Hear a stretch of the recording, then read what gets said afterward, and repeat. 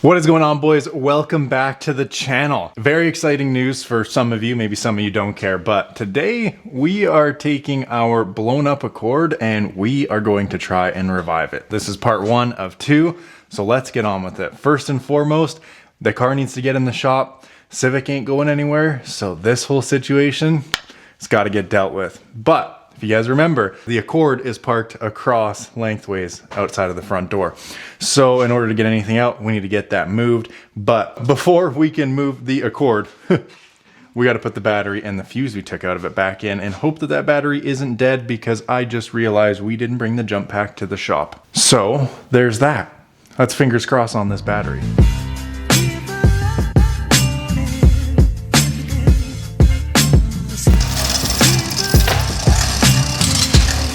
Locked into place, let's jump in the Accord.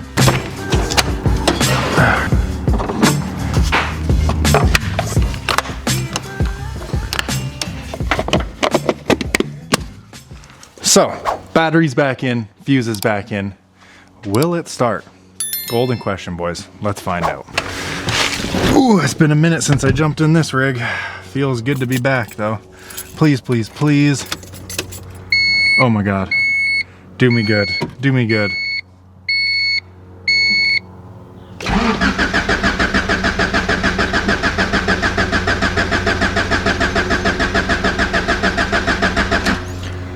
think I got the fuse in the wrong spot, maybe. Don't worry, I'm just an idiot. Let's try again. All right, give me something good.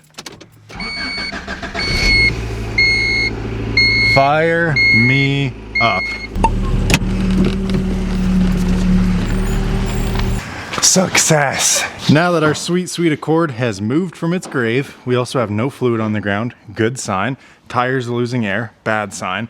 Now we have a big barbecue and this side-by-side to try and take out of here and get this in. Another thing with the Civic, I have heaps of space on this side, so I got to clean up all this, get the Civic closest physically possible to this side of the shop, so I have as much space to work. And all the timing components are on the driver's side, so I'm also going to try and hug the passenger side as much as I can right up along here, and that should give us heaps of room in between the two cars to be able to tackle a timing belt. Okay boys, now I'm gonna get the Civic as tucked against this wall as possible, give me as much room as I could ever dream of to have the Accord where the side-by-side is, so steering wheel is gonna be locked, so grab the keys. I'm just going to crank it.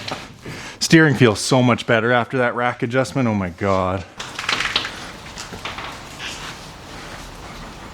Okay, now I'm gonna put the jack under the back and swing the rear end over. But there's so many rocks from these sticky nittos that come in the shop every time I drive. It's like a gravel pit, and jacks don't like gravel.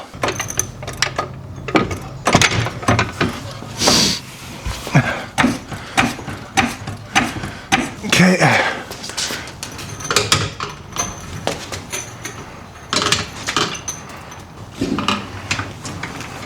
And there we have it. Civic's tucked, lots more room. Side by side, time to go bye-bye.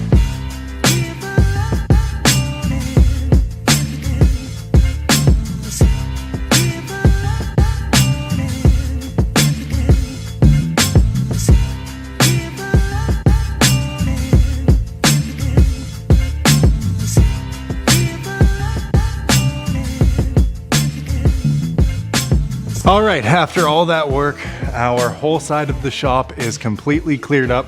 Now, the Civic is a little bit wedged in, I guess you could say. A couple barbecues, a couple miscellaneous stuff, but the Accord's only gonna be occupying the spot for, well, maybe like a couple weeks, 3 weeks or so. Depends how long, A, it takes the parts to get to me, B, how quickly I can get through the job and be confident in it, and C, have it running, driving without a blown water pump and holding pressure in the cooling system.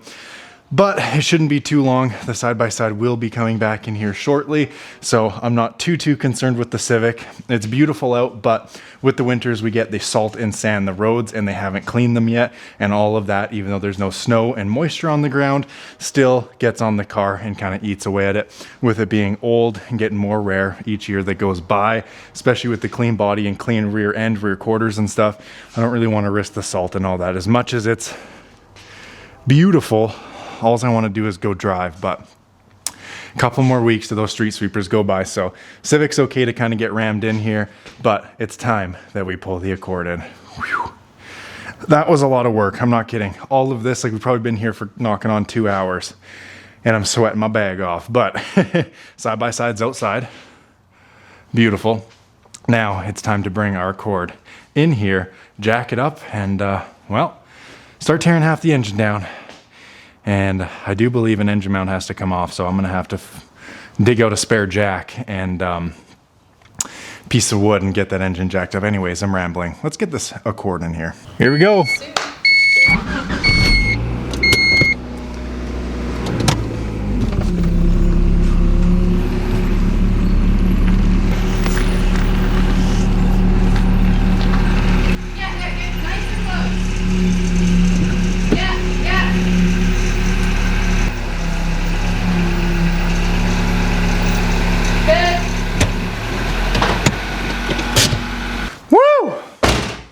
Accord's in the shop. I don't know if I'm excited about it though.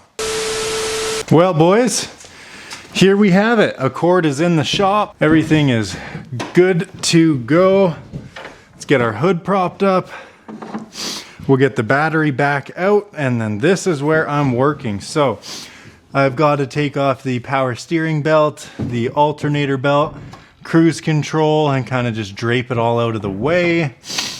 And then I can get to the engine mount. Be nice if I could remove this as well, kind of just try and tuck it back. It's going to be a fairly big job.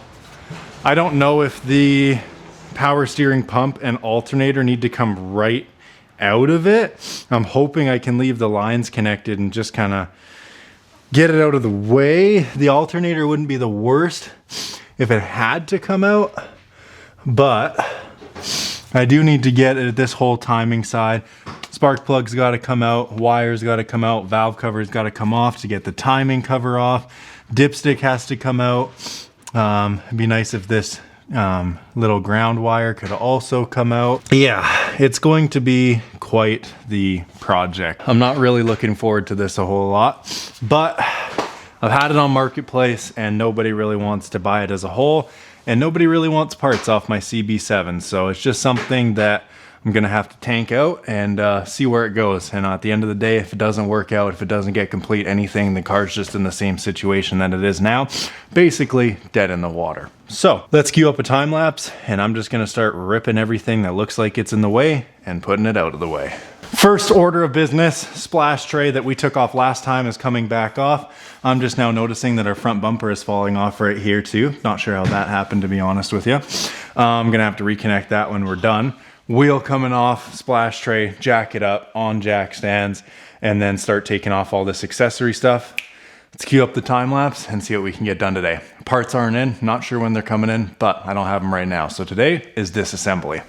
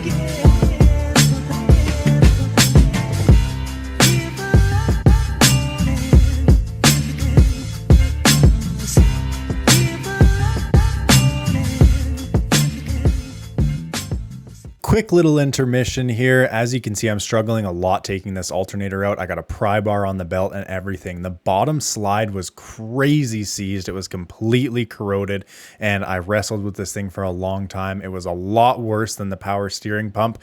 Ended up getting it free and was able to take it off, but this thing was a pain in the ass. That bottom slide was not working in my favor, but we got it out at the end of the day. So let's carry on with the rest of the video. Oh my God. Here we are. Let's do a little recap. You guys just got a lot of time lapse and I am just beat right now, but it's coming out. So as we can see here, there's a lot less components.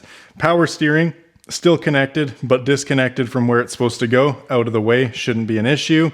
Cruise control draped out of the way. I got to take the plug wires, the valve cover, the spark plugs out so I can turn the motor over freely, get it at top dead center because it's probably not at top dead center.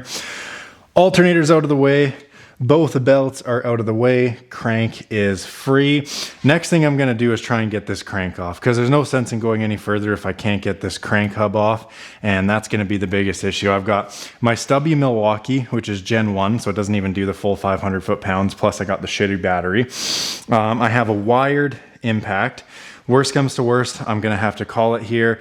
Borrow my buddy's big, like 1,000+ foot-pound Milwaukee 1/2-inch impact with the big forged battery and get a weighted socket. One way or another, this is coming off. Just depends if I can get it off today or not. Regardless, we're gonna go ahead and figure that out right now. So let's get the other impact out, this impact, figure out what size this is, start hammering away on impacts, because this is not gonna get done with a breaker bar, especially now that it's up in the air, and especially with the automatic trans. And there should be an inspection hole here to like make sure this is at top dead center, but I actually don't see it now, to be honest with you. Maybe, oh, it's probably behind that little rubber plug. Yeah, there it is. So that's how we're gonna see if that is at top dead center as well. Test one with the Milwaukee stubby. Is this enough to get an Accords crank pulley off?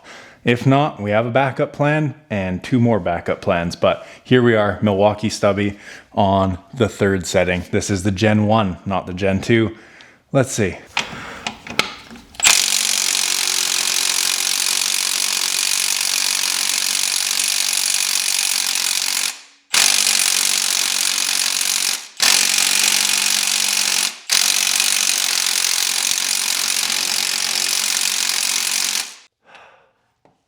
Shit. Old stubby didn't do her. On to my other impact. Fingers crossed. Good Lord. The funny thing is my B18 B1, I never took off and it zipped off fairly easily. So fingers crossed. Okay, now we got what I like to call the big off impact, the old school wired one.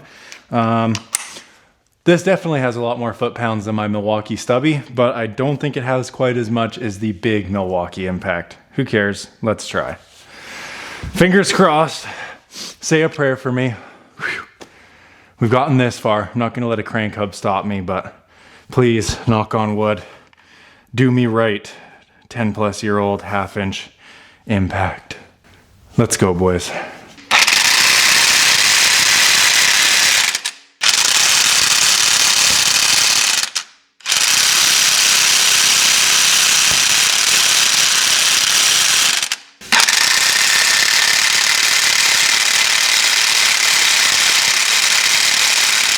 No way. It's literally turning the engine over. Damn.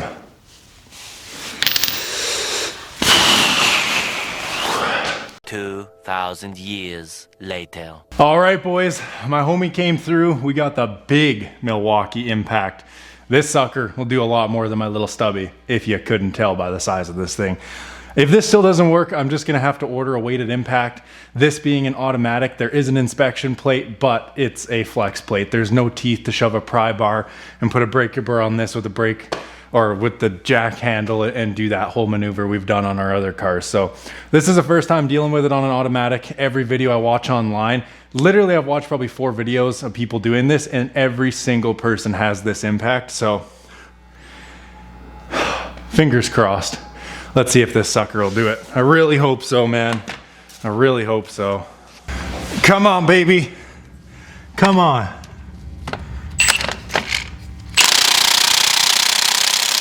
Oh my God. Yes, dude. Yes. Oh shit. Yeah. Done deal. I'm sold. I'm going right to Home Depot and I'm buying one. End of story. Shout out to the homie Brock. If you're watching this, thank you. All right, now part 2. Will this pulley come off with ease?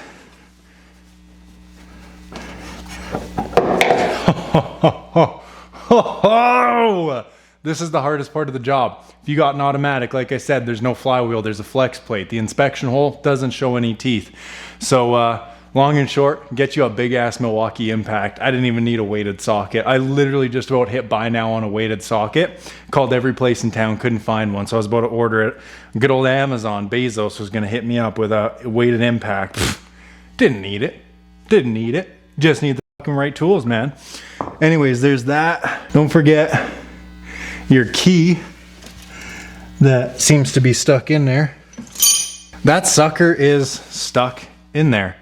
I've never had one of those little Woodruff keys, whatever the hell you call them, crank keys, be stuck in the actual crank. That's crazy. But it's in there. I'm gonna try and get it out, but that's all we're gonna do today. I gotta get home and start editing this video. Plus, I've got other stuff to do now, which I wasn't expecting, so awesome. We're gonna have to leave it there, but really, I just have the dipstick to take off, the lower plastic cover, the upper plastic cover, the valve cover, the spark plugs, and then we have access to everything. We can line it up top dead center. Bob's your uncle. There's a little screw bolt on the back of the engine that you can take out, and I believe, don't quote me, it's a 6x30 mil bolt you slide in there to keep the balance shaft in place. And aside from that, it's pretty standard timing belt stuff, but try and get this little crank key out so I don't lose it, because knowing me, I probably would. If I left it in there, I'd forget about it. But for now, we're gonna try and take it out and we're gonna wrap this up. Well, boys, here I am sitting at home editing our video for the week, and guess who didn't film an outro? This guy. I actually filmed the whole outro, not recording, and then I recorded like a random 10-second clip after when I thought I was ending the clip, but I really started a clip. But yeah, we didn't do anything else. That crank key did not come out. I put channel locks on it, vice grip. I didn't want to ruin it or damage it because it is a key. It locks in place to the crank hub, but I could not get it off. I put my biggest magnet off, everything. I couldn't get that thing off. So it's still on there, but that big old Milwaukee was sick. That thing got the job done right away. But I just want to wrap up the video here. If you guys enjoyed, comment, like, and subscribe. We will be back next week with the timing belt, balance shaft, tensioner, seals, water pump, installing the whole thing. Put in the comments below, should I RTV the water pump to ensure it won't leak, or should I just rock with the OEM seal? Done a lot of research on this. I have done both methods on 2 different cars, and both seem to work, but from what I'm seeing from everyone replacing timing belts online on their Accords, no one's putting RTV on it. So let me know. Might just be a little bit too paranoid because, you know, it popped and I do not want to do all this again. But let me know, and we'll see you back next week for the actual install. It seems like a big daunting job, but so far it's not that bad. I don't want to speak too soon, so knock on wood, because who knows what happens when we go to install it. And that bolt you need to lock the balance shaft is a 6x100 millimeter bolt. You can also use pretty much anything 6 millimeter. It'll lock the balance shaft in place, and then the front facing balance shaft has a mark on it. We'll go over all that in next week's video. So if you're curious, subscribe, turn them notifications on, so next week when we get all this wrapped up, you guys can see exactly how we do it. Plus, I don't think you guys have ever seen this. Got a sweet little die cast thing of my EG on the wall. Shout out to you, Eli. Anyways, guys, till the next one, comment, like, subscribe, and we'll see you later.